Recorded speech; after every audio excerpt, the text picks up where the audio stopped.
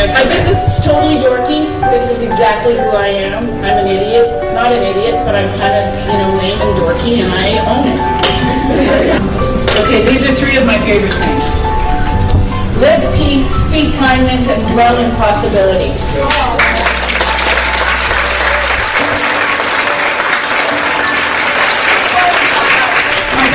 Cynthia passed away. I gave her this necklace because she was going through an incredibly difficult time with chemo, and she wore it, and I believe it's still saying dwell in possibility, because I really believe that it can change. I'm getting so quirky. I'm going to make myself cry. Anyway, these are three of my favorite things. So there you go. And I have a gun bump, so it's everything.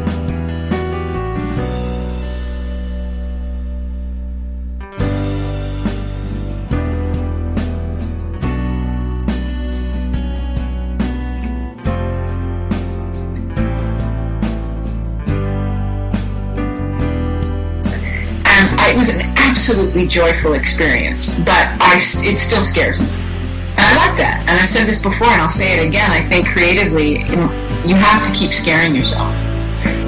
I think you ultimately, off the top of my head, ultimately you have to believe that your life has meaning, and then you will live your life with meaning. So you have to believe that at some point you're going to do something or influence one person in a positive way. And if you strive or continue to strive to do that, then you're giving your life meaning, and therefore there's always hope.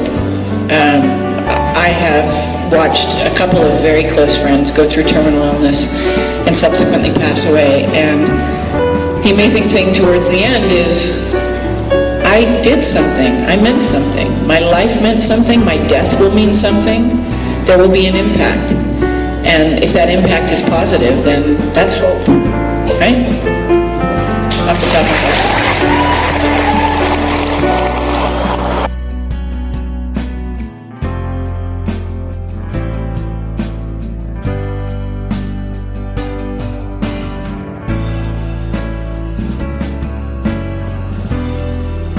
Because people have this exalted sense of power just because they have a title. So Martin, Damien, and I very clearly said, let's get rid of the us and them, and let's just create we. So everyone, whether you're sweeping the stage at the end of the night, or putting away the grip stands, or making the food, or executive producing the show, you're all on a level playing field. We never wanted this company to feel us and them. We always envisioned our company being a we. And we hope that you feel that too, how much we totally respect and admire what you guys do. Just give so much respect. Now there's pressure to maintain that, but it's very easy. It's simple. It's really, really simple. Just treat people with respect. We're all really comfortable here. We love what we do. It's not brain surgery, and I think that people try to complicate productions by creating this hierarchy. And the star needs to be, you need to stay away from the star and give them their space, and you need to be this, and you need to do this, and you need to be down there. And it's bullshit. It's so easy. You just treat people with respect and have fun.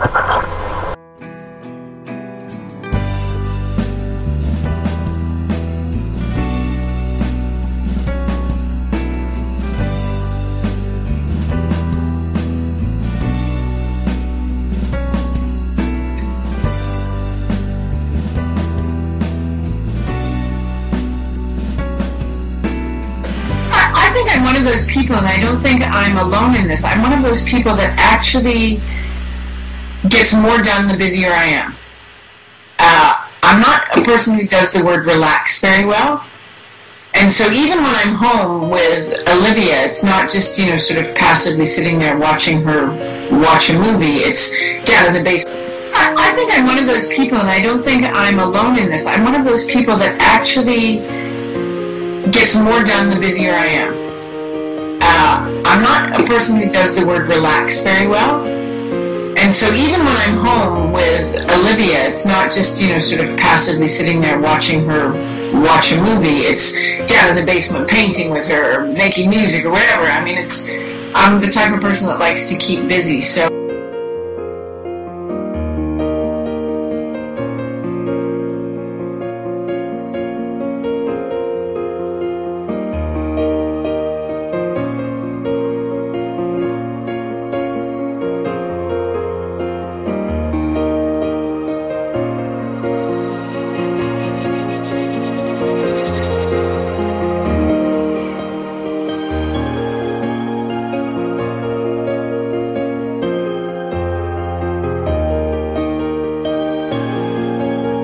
I've gotten better since I've had Olivia to savor the moment. But if I've had a really super busy week at work, it's impossible for me not to try to multitask at home. So I am like last night is a perfect example. Olivia and I are coloring, drawing these little characters and cutting them out, these little paper dolls that we make. And then suddenly I'm like, we should put more grass seed on the lawn. Not kidding. So we did. So Olivia and I went out and I put some in this one little patch that, and then I grabbed it. Then we watered it. And while we're doing that, I was thinking I should probably set the table for dinner. So literally, like with dripping wet hands, I'm pulling out a tablecloth. And I was like, wow, I just like leapfrog. Like, hey, paper dolls, we should put more grass seed on the lawn. No kidding. And then during dinner, it's like, you know, that's our quiet family time. We sit down at the dinner table. Olivia downloads her day. Alan and I talk about stuff. But it's, yeah, I multitask an incredible amount. I'm putting Olivia to bed every night. I put her to bed, we sing, tell stories. She loves the A to Z mysteries. So, Ron Roy, if you're a fan of Sanctuary, my daughter loves your books. And we do the dream train, and then I put her to bed, and then I do homework. And even while I'm doing homework, I'm thinking about something else I should be doing. If I had an extra set of hands, eyes, and a brain, and I don't mean an extra one, I mean an actual one, then I could get so much done. But it's pathetic. And Alan's biggest word to me is relax. I don't know. I'm happy when I'm busy. I'm really happy when I'm busy. I've been very blessed in that I received thousands of letters from women and young girls who have, for whatever reason, felt inspired by Sam Carter, and now some through Helen Mack, some even just by me, which is crazy and great.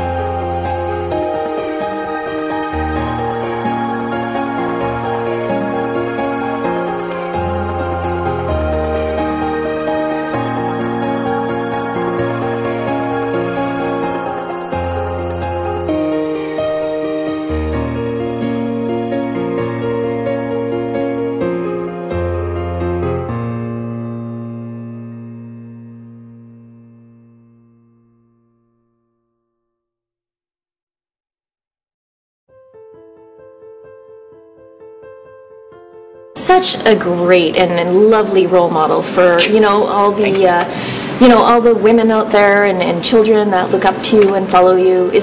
Are there any words of wisdom or any kind of advice that someone of your I wish I had the confidence that I have now in my 20s, because I wouldn't have made some of the stupid mistakes that I made. But what I'm coming across more and more are women who are not feeling, and young girls who are not feeling validated based on a ridiculous judgment system that we have, which is even more exacerbated by television and the media, and I know that perhaps Photoshop, right? Yeah.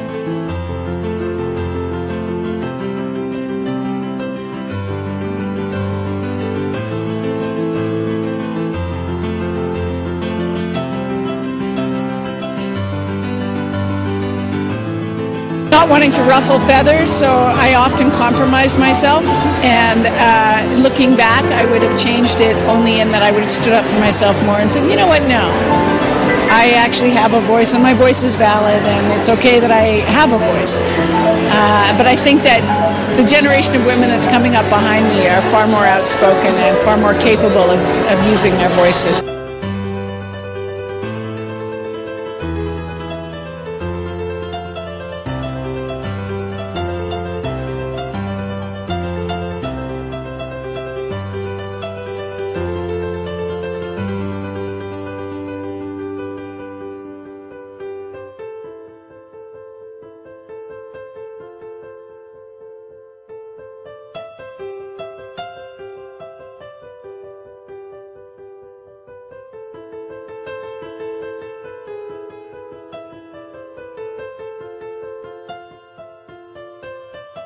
What I'm finding is these women who have been struggling with eating disorders or struggling with their own self-esteem, based again on a ridiculous set of standards. Now I feel like I can actually speak to that I can actually make a difference, that when I'm directing or producing, I can actually say, I want real people to be in the show. I want people of normal size, and it's not going to be the tiny supermodel show. And it's actually worked out very well in that people have, you know, we cast beautiful people, but I think they're made more beautiful by who they are rather than not necessarily what they look like.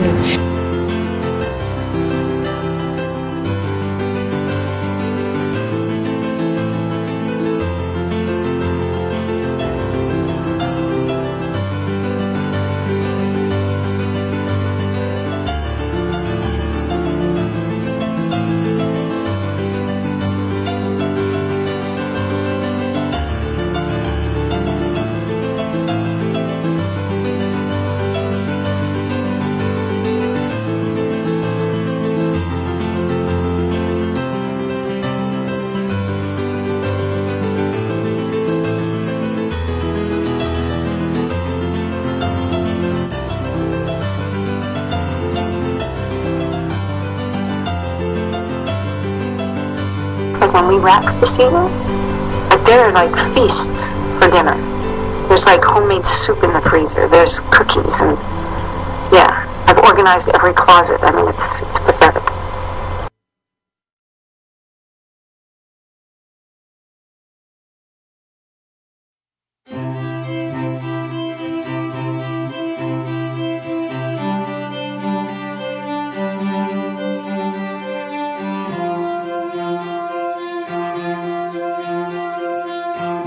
I don't want her to become sexualized, and I don't think she ever, well, hello. But she's not, that's not what she's about, and then the writers are painfully aware because I hurt them physically. I'm very proud of the fact that she is this strong, smart, capable woman, and it's not ever been,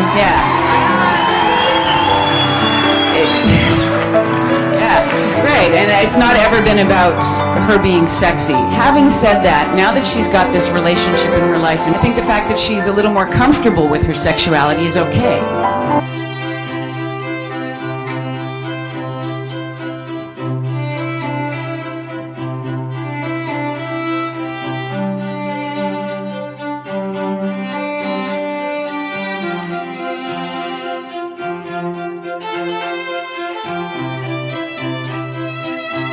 Stargate, when I started, I went to wardrobe and they had this very low-cut tank top and a push-up bra in the wardrobe, in the costume fitting room, and I was like, what is this? And they, well, you know, they'd like to see you put this on and we'll take it. Because you always try on costumes and they take pictures and send them up to the executives and I'll choose this outfit or that outfit. And I actually refused to put it on.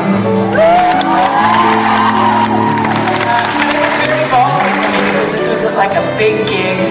I knew that contractually they could fire me after the pilot. They had that option. But I was just like, I burst into tears and I said, this character's in the military. What? No! How am I supposed to, you know, crawl through the bushes and fight and carry my gun? And this is...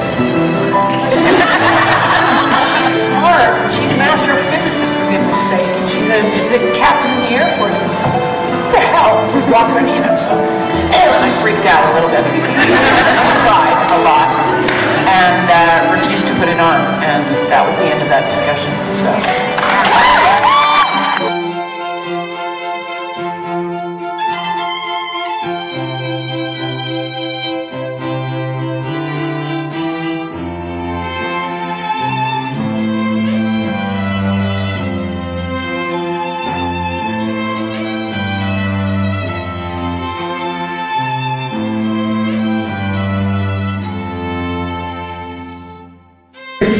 Kids is my charitable foundation that I started 2 years ago with Damien and a friend Jill. I would say Sanctuary for Kids is the thing that, career-wise and in terms of anything that I've done outside of, you know, having a child and being married for 22 years is the most important thing to me. Since we started this initiative back in November of 2009, we have raised $275,000.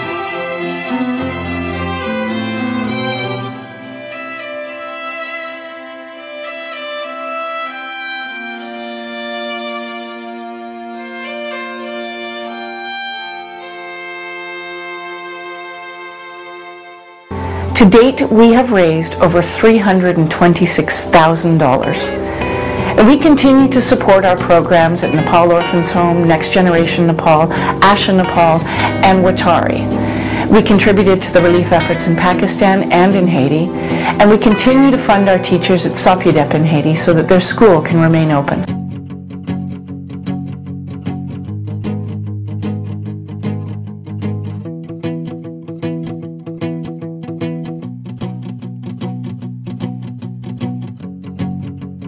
We're just tiny drops in the bucket, and that, you know, I feel like that as an actor in this industry, or sometimes you feel like that as a fan, like just a drop in the bucket. But honestly, from that drop in the bucket, amazing ripples.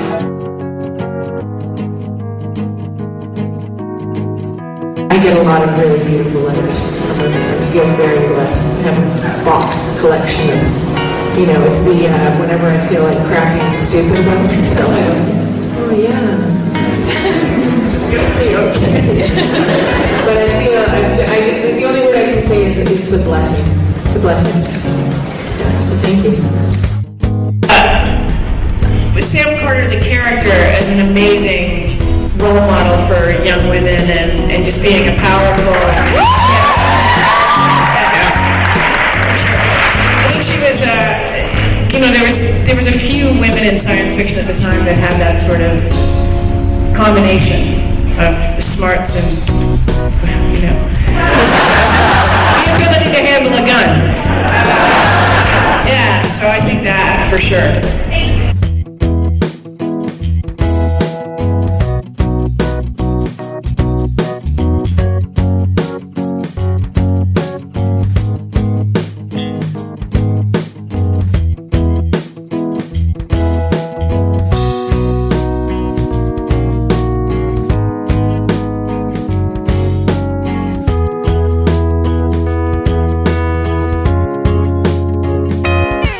And I realized that, unfortunately, in North America, perhaps more so than anywhere else in the world, the older you get, the less valued you are as an on-television commodity, for lack of a better word. And in Europe, I mean, women in their 50s and 60s and 70s are headlining television series, and that just doesn't happen here.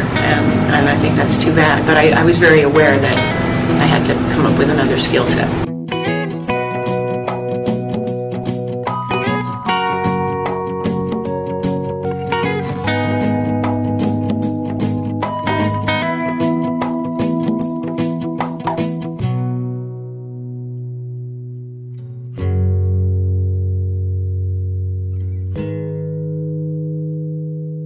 Make them laugh or make them drink. I mean, make them think. Make them laugh. Want to know why? Tell them. Tell them why. Because when you're laughing, your minds and your hearts are open. Therefore, you're more open to embrace all the possibilities in this world, and it makes you a better thinker. Laughter every time.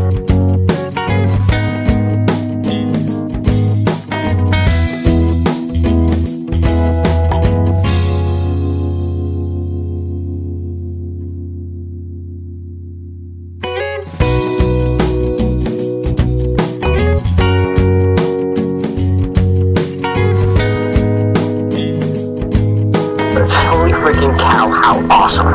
Professional, generous, Effervescent, gracious, very kind, talented, graceful, fun, giggler, brilliant, very smart, funny, kinda hot, really. Let's face it, she's ridiculously hot. Amanda Tapping will never stop being sexy. Gorgeous, beautiful. You can't describe Amanda without saying she's hot. I'm just gonna go right out there and say it.